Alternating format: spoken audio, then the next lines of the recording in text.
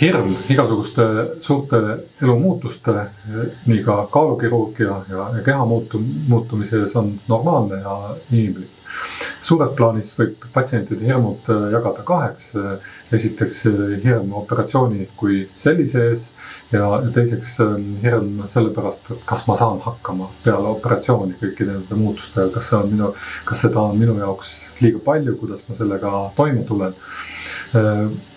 Tagantjärgi kogemusena ütlevad patsiendid tegelikult seda, et kõik see, mis seostus operatsiooniga, oli tegelikult nende jaoks oluliselt lihtsam ja kiirem ja valutum, kui nad oskasid karta ja arvata.